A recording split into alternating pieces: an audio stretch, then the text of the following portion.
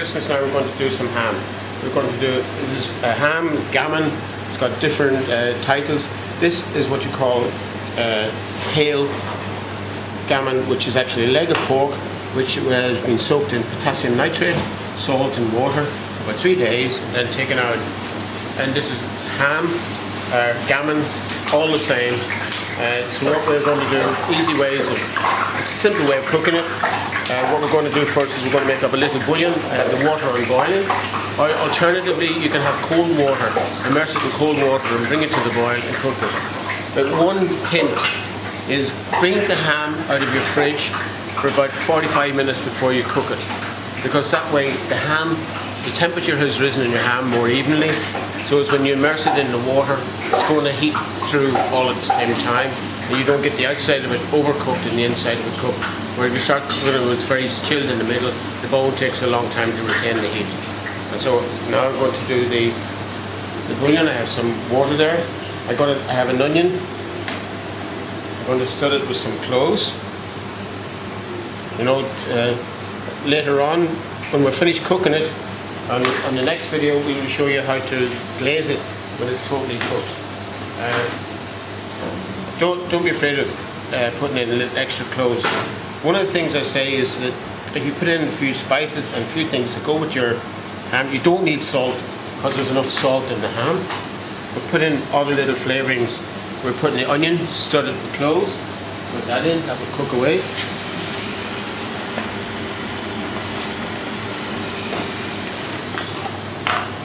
Putting in 2 cinnamon sticks, 2 whole cinnamon sticks into the water, and a little bit of pepper. Just a little bit of cracked pepper into the water. Just you can add a bay leaf, you can add herb stocks, you can add anything you like, you know, whatever you want to do to make up your bouillon. Just let it simmer for a while. While that's simmering, I'm going to show you what to do with the ham. The only thing you really have to do with the ham is here. This is the H-bone, as it's called. This is the joint of the hip. If you're getting a hip replacement, this is what you're getting. You know, right, but they would go right down to there. So basically, it's what you need to do is just mark it there. But what you should do is actually make sure that if you're at home or somewhere, ask the butcher to pre-do it for you, because they would have nice sharp knives and they do it in a few seconds for you and save you. But if it's at home and somebody gives you a gammon, ham, this is what you do. Just right in there. Make sure you have a nice sharp knife. And once again, say if you have a good knife, you won't cut yourself. Only blunt knives cut people because you have to put too much pressure on them.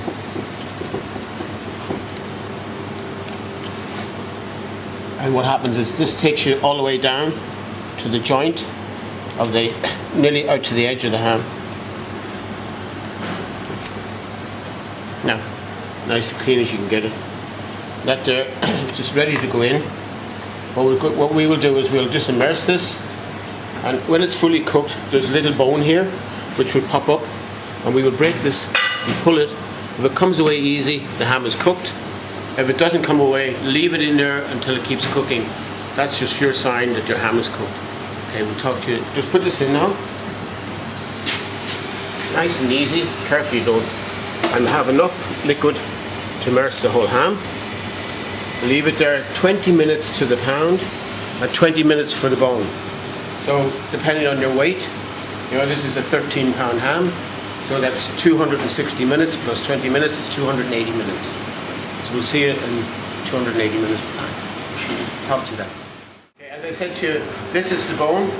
Just twist it, pull it, fully cooked. Once that slips out there, the ham is nice and solid.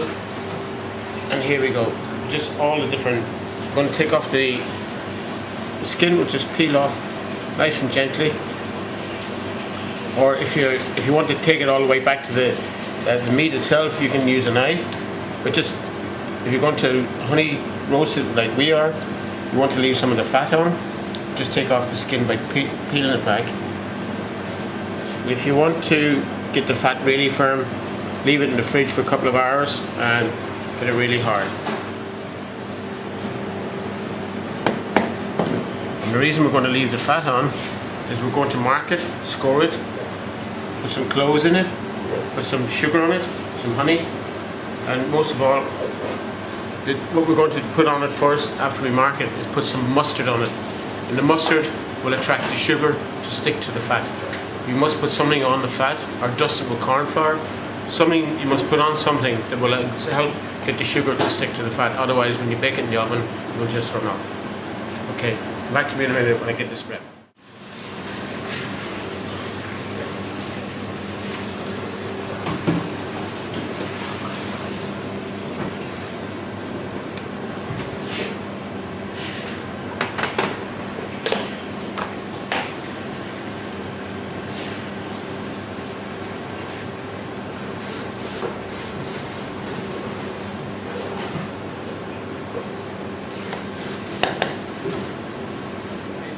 Some mustard. This is Dijon mustard. Some people like an English mustard, a really hot one. I like a nice medium mustard. You can use French mustard or any of the grain mustards. Any mustard you feel that you're comfortable with yourself. So just, there we go. Just liberally put it on, because you want something that will stay on for the sugar to stick to. Make sure all the fat is covered. Grooves are there so you know where you're going. When it cooks out, you'll get the scoring marks come up. Now all the way around.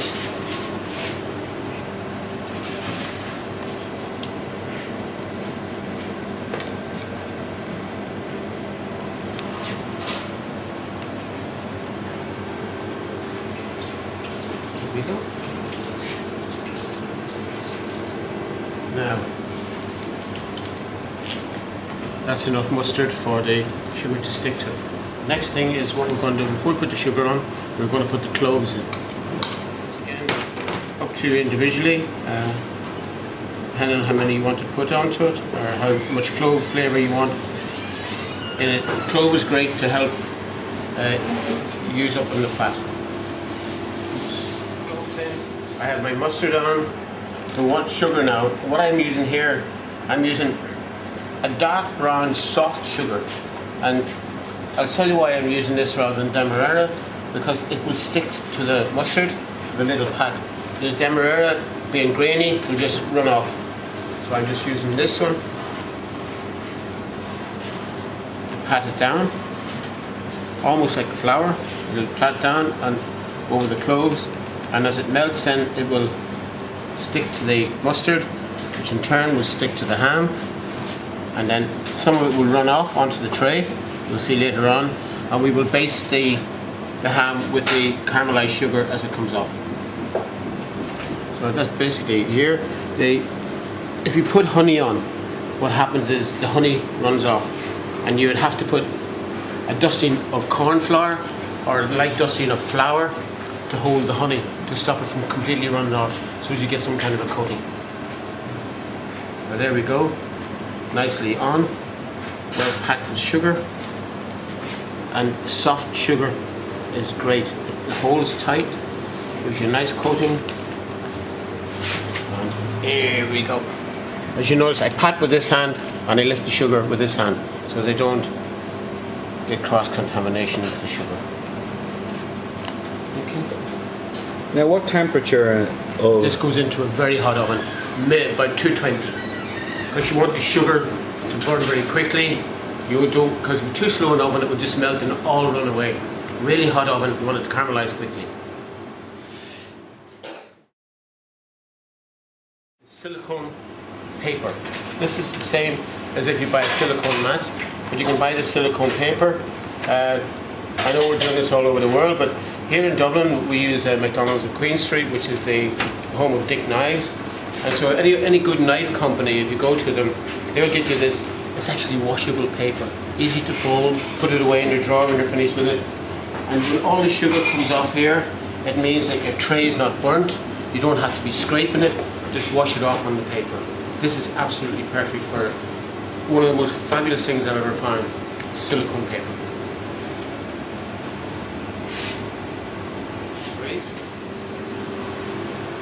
going to 221, 220 is perfect. So I'm just going to take this over to my oven.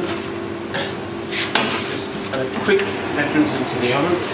No hanging about. This is a convection oven, so I would actually lose heat. As you see, it drops, but now it'll come straight back up again.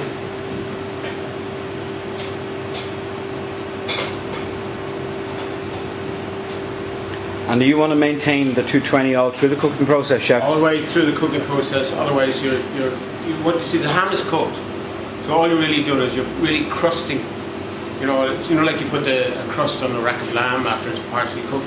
Same with this here. You just simply put your crustiness here to add extra flavors.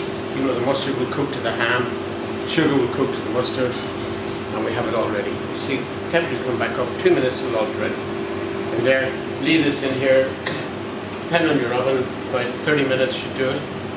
Take it from there. Cooking says sugar comes off, but baking into the fat because the mustard is holding it.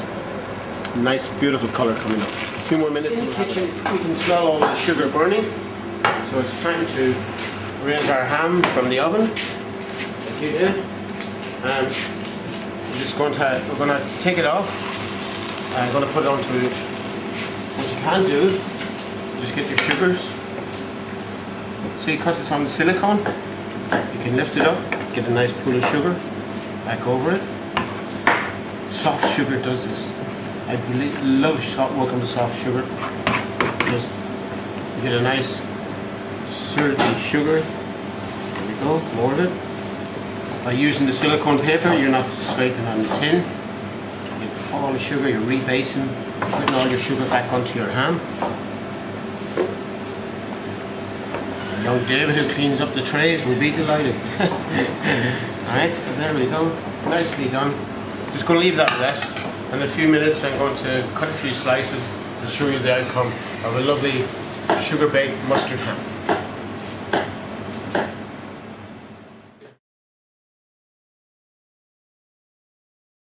Welcome back.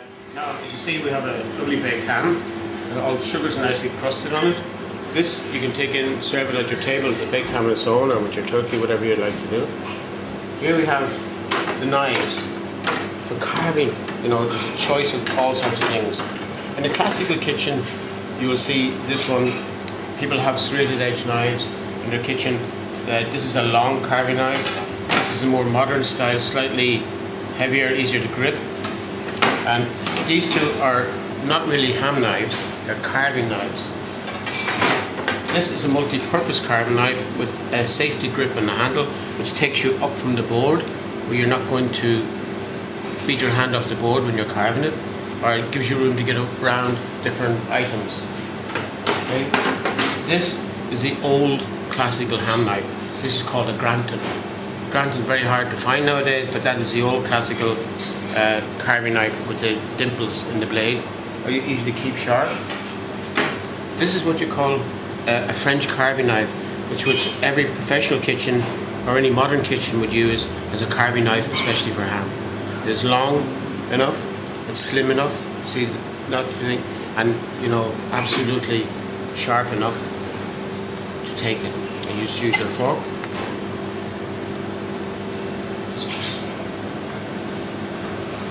Absolutely, you know. And the secret is carving sharp knife, and then you can get all lovely pieces going into it. See the sugar running through every piece of ham. So all your guests will get a nice piece of ham with a meal. And we showed you earlier, show how it's cut. Wow, this is looking good.